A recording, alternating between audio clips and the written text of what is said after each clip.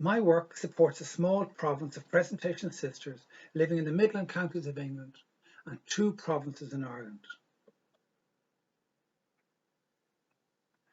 About 10 to 12 years ago, the sisters noticed an increase in the reporting of news stories relating to human trafficking and modern slavery.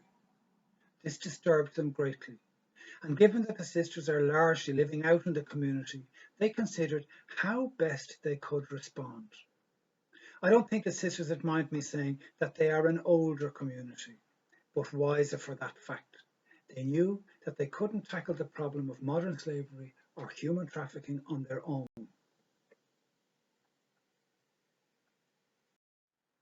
But they did realise that their response rested in their connection with others who were equally disturbed.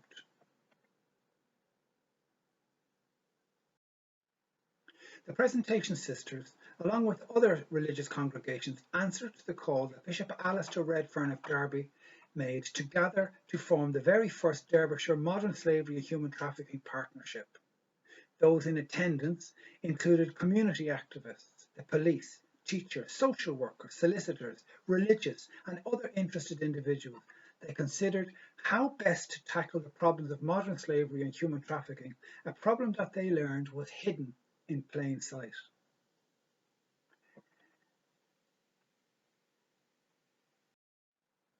The sisters had heard about human trafficking and modern slavery. Some of the sisters had been working on mission in countries of origin, where some of the work in these countries had indeed been preventative.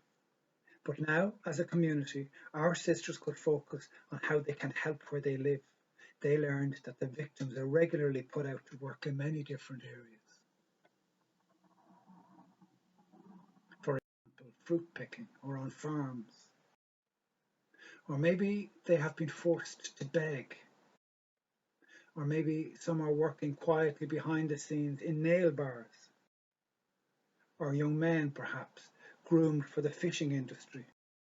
Or some working behind the doors for long hours and little pay in recycling plants. Or others hidden in the back of kitchens, pot washing or vegetable preparation. Or perhaps one of the most insidious, which is those involved in the sex industry or in brothels. Others are engaged in car washing. Or perhaps making garments in factories. How many of us have heard of unethical garments?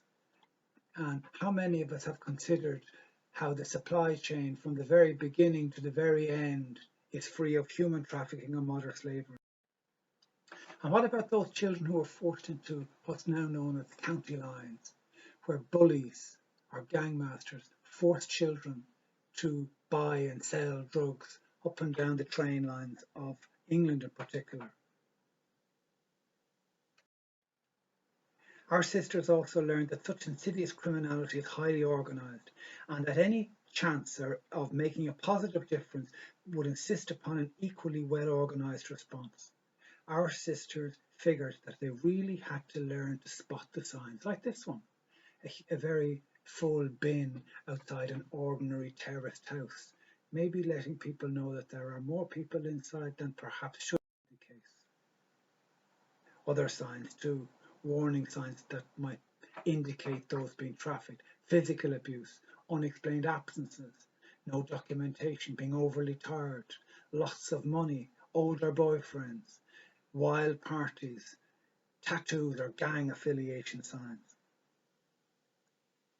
In Ireland and in the UK, there is a huge prevalence of modern slavery. In the UK, they say there are about 12,000 victims, when in actual fact the number is close to 10 times this. This means that in every town there are victims of human trafficking and modern slavery. Both England and Ireland are regarded more so as destination countries for those who very often leave their country in the expectation and the promise of a better life for them, but also for their families back home, as many try and come here to work in the hope that they can earn, to save and to give money back home.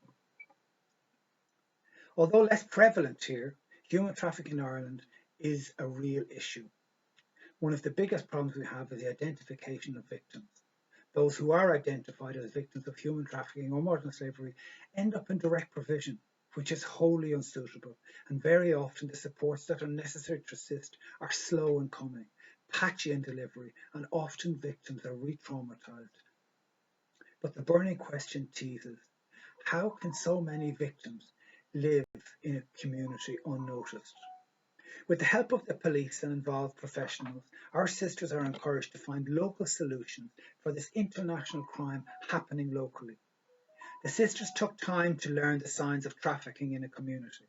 They attended webinars, training, seminars, town hall events. They gained in confidence and indeed boldness to the point where they themselves would hold town hall events, alerting others in the town to the fact that human trafficking may well be happening in your town, and these are the signs to be on the lookout for. Our sisters continue to drop information cards with helpline numbers and addresses, prayers in different languages into doctor surgeries, bus and train stations, and anywhere people can gather. They are encouraging those working with the public to spot the signs. The sisters, as members of NGOs like the Jesuit Refugee Service, have accompanied survivors with a deep listening, a patient empathy, and a willingness to learn more from the privilege of being present. Many of our sisters downloaded an app on their phones to assist in spotting the signs of human trafficking for those working in car washes, and we have indeed had some success in closing down a number of these car washes, some of which have been in operation for over 12 or 13 years. One of our presentation commitments is to work towards and support the implementation of the Sustainable Development Goals, the SDGs, understanding that they are not achieved anywhere until they are achieved everywhere, and that the underlying principle to leave no one behind is one that resonates with us, given that many of our sisters live and work in countries where the SDGs are the best way of building back better. Human trafficking and modern slavery have been specifically referenced in the SDGs. SDG 5.2 calls for an end to all violence against and exploitation of women. SDG 8.7 calls for an end to modern slavery, trafficking and child labour. And SDG 16.2, Partnership for the Goals, asks that we protect children from abuse, exploitation, trafficking and violence. In Ireland, we have the Blue Blindfold campaign that tries to alert all to the signs, to offer direction should we meet victims by informing all of what we can do. In Ireland, those discovered to be victims of human trafficking and modern slavery are offered accommodation in direct provision, which is unsuitable. Don't close your eyes to human trafficking is the message here. It happens here. Human trafficking is a crime. It is a serious human rights violation. It occurs all over the world, including Ireland. It can take many forms and may be present in any community nationwide. The Gardaí insists that it's also important that members of the public know the signs of trafficking and how to report any concerns they may have. Their website, blueblindfold.ie, provides information on human trafficking as well as how to seek help. For the second year in a row, Ireland has been placed on the Tier 2 watch list, not a good place, alongside Romania, by the Trafficking in Person Report 2020. This is the worst position in Europe and is as a result of our difficulty in identifying victims of human trafficking, the supports for those we have identified, and also in the rate of conviction for those who have perpetrated these dreadful crimes. We have, however, had in the very recent past some convictions which have not yet been taken into account by the TIP report.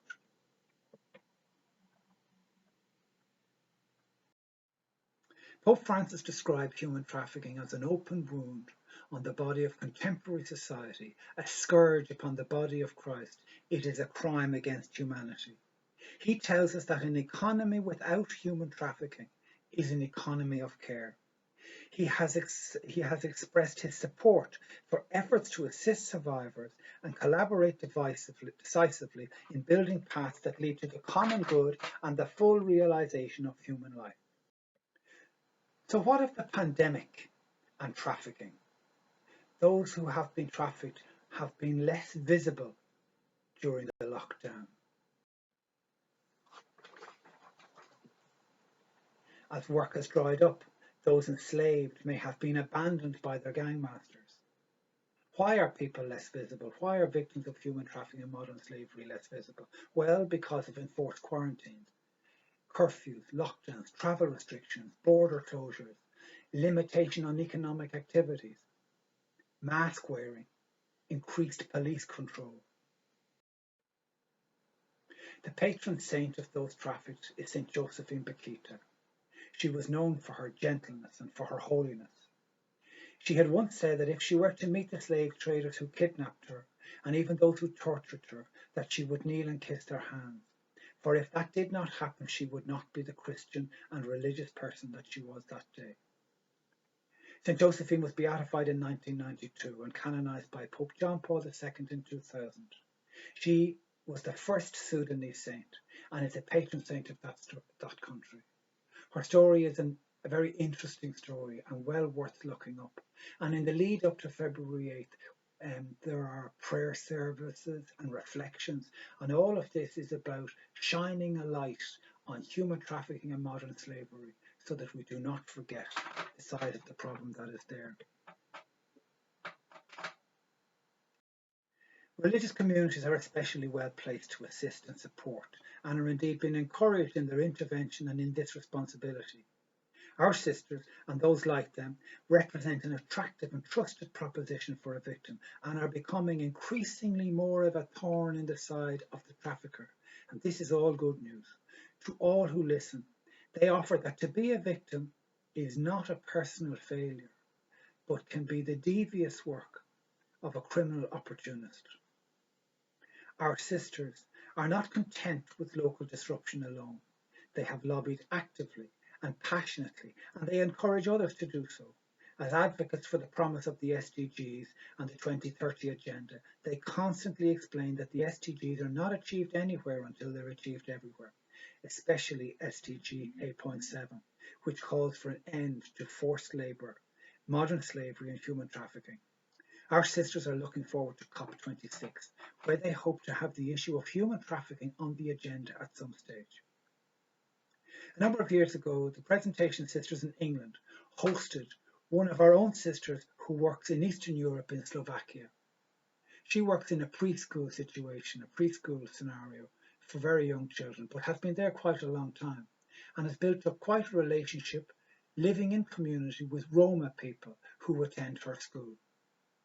At one particular stage, a number of the parents called into the sister and said, look, a member of our own community invited some of our boys and girls to come to England to earn big money, to take advantage of opportunities that they themselves as parents couldn't give their children. And what's more, the parents encouraged the children to go, well, because the opportunities were good, and also because they trusted this member of the village who promised. The boys and girls left. For a long time, they heard nothing, and they began to get worried. And so they called into one of the sisters, our sister in this preschool, and they explained, we have heard nothing from our children in months and months and months. What will we do? We thought we were doing the right thing. Now we are suspicious. Now we are worried. So our sister did the only thing she could do. She contacted the provincial working in England and explained that there is a chance that people from her hometown in Slovakia, where she works, are now being trafficked or enslaved somewhere in the Midlands in England. The provincial in England hosted the sister, who travelled to the UK. And over a period of time, this sister who travelled to the UK, she found all of those boys and girls and made sure that everything was put on the straight and narrow. Some returned home, some moved to jobs where they were safe, and it was all above board. We aren't privy, and we weren't privy to the detail of how this all happened, but suffice it to say that the sister returned to Slovakia and was able to explain to all parents that everything was now fine. But in actual fact, there was indeed, and those young people were indeed in danger and had been trapped in modern slavery. And but for the intervention of the parents, and but for the connections of the sisters, things may have been very, very different. Our motto, and this motto of the sisters, continues to be that if we see something, we must say something. By saying something, we are doing something. And this motivation continues to be the dedication to the plight of those furthest behind. One simple message our sisters invite to all involved in human trafficking and modern slavery is that we see you. Meaning that if you're a victim of human trafficking or modern slavery, you can rest assured and be assured that you will be seen and that you will be found. But that if you are a criminal or a perpetrator or an abuser, that similarly we see you and that we will find you and we will expose you. And in this way, not by organising themselves, but by being disturbed and by being motivated and by thinking and learning and listening and reading and praying, our sisters have learned how to become involved with the victims of human trafficking and also to be a constant thorn in the side of those trafficked. Our sisters encourage all to learn and all to keep up to date. And in this way, you too can follow the example that they set.